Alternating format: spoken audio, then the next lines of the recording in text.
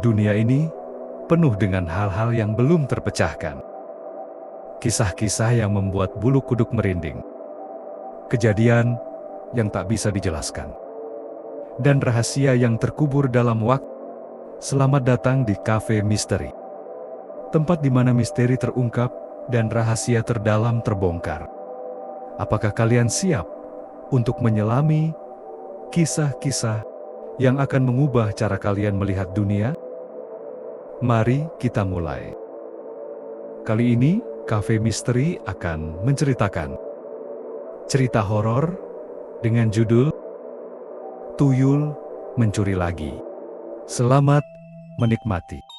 Malam itu, Nurul baru saja menerima gajinya setelah sebulan bekerja keras di sebuah toko kelontong. Ia pulang ke rumah dengan perasaan senang, merapikan uangnya, lalu memasukkannya ke dalam dompet. Dengan hati-hati, ia menyimpan dompet itu di dalam laci meja belajarnya. Kemudian menguncinya agar lebih aman. Setelah makan malam bersama ibunya, Nurul merasa sangat mengantuk dan segera tidur tanpa rasa curiga. Namun, saat pagi tiba, sesuatu yang aneh terjadi.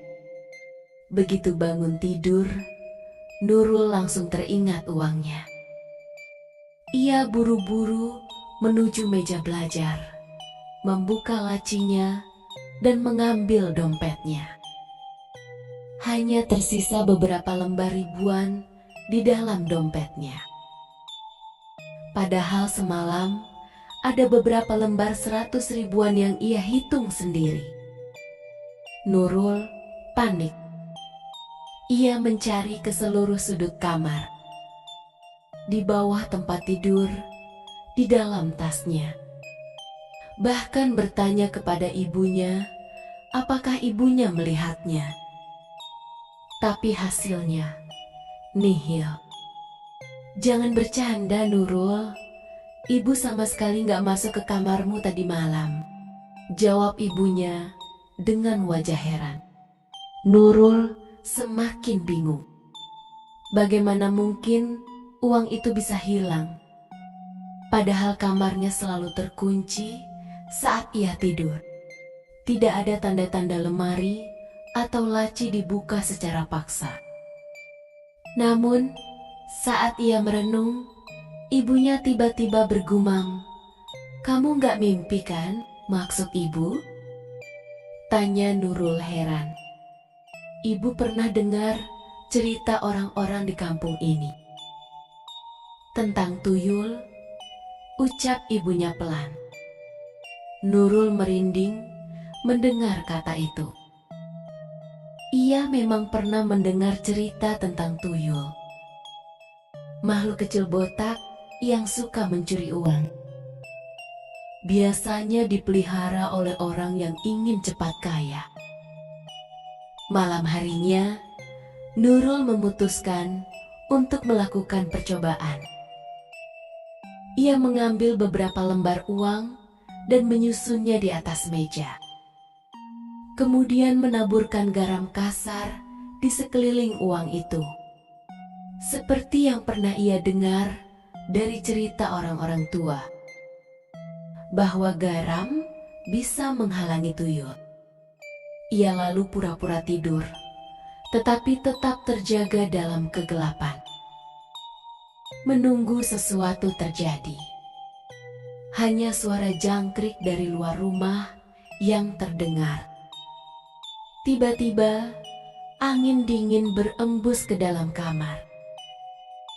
Padahal jendela sudah tertutup rapat. Kemudian terdengar suara aneh, seperti langkah kaki kecil yang sangat cepat berlarian di sekitar kamar. Jantung Nurul berdegup kencang. Dengan perlahan, ia membuka sedikit matanya dan mengintip ke arah meja belajarnya. Di bawah cahaya redup lampu tidur, ia melihat sesuatu. Sosok kecil, botak, bertubuh mungil, dengan kulit keabu-abuan. Matanya bulat hitam, tangannya kecil, dengan jari-jari panjang. Dan ia sedang berusaha mengambil uang di atas meja. Namun, kakinya tampak ragu-ragu. Seperti takut dengan garam yang mengelilingi uang tersebut. Nurul tercekat. Jelas sudah. Ini tuyul. Tuyul itu tampak kesal. Menggaruk-garuk kepalanya, lalu mengeluarkan suara lirih. Hampir seperti anak kecil yang sedang mengomel. Kemudian, tiba-tiba ia menoleh ke arah Nurul. Mata mereka bertemu. Nurul merasakan napasnya tercekat.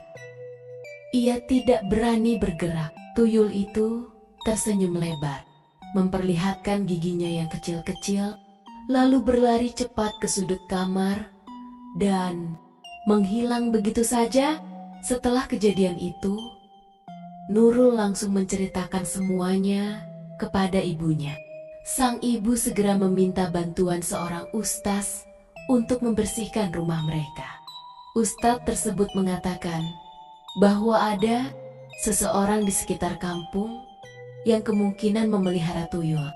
Dan tuyul itu mencari uang dari rumah-rumah yang tidak memiliki perlindungan spiritual. Sejak hari itu, Nurul dan ibunya rutin membaca doa sebelum tidur, menyimpan uang dengan lebih hati-hati, dan menaburkan garam di setiap sudut rumah.